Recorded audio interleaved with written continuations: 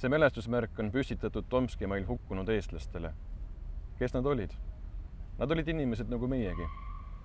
Ka nemad käisid koolis, käisid tööl, elasid oma elu. Ka neil olid vanemad ja lapsed, sõbrad ja sugulased. Siis jäid nad kellelegi jalgu. Sellest, mis edasi sai, nemad enam rääkida ei saa, sest nende põrmu katab Siberi muld.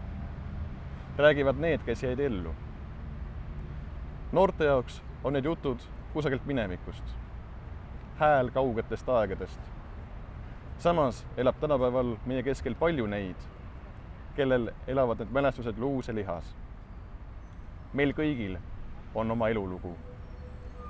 Olgu siis meie kodu siin Siberi külades, armsal Eestimaal, kaugel ookeani taga või kusagil mujal. Me oleme üks rahvas, igaüks meist ja meie kõik.